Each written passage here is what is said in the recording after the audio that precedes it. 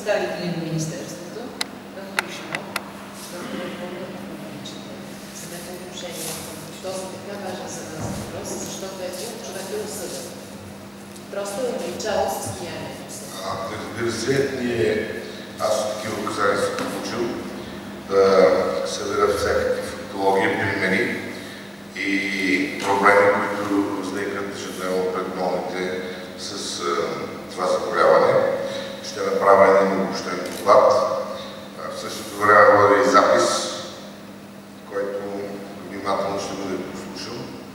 И имайки уверението и загрижеността на министъра на здравеопазването преди всичко за хората в неравностойно положение, тук вече можем да кажем, че се намираме една такава група и болните с множествена склероза, предлагам, че ще има и, както е обсъждано, и една законодателна инициатива, която промени закона там, където е необходимо, за да няма от това естество проблеми при решаването на бъдещи въпроси.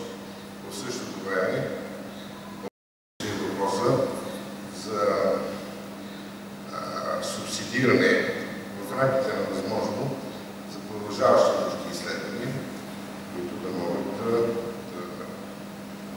помогнат нашите научни работници и хора, които се занимават с тази дейност в тяхното бъдеще, както подобряване на възможностите, които имаме към момента, да бъде полезно Министерството с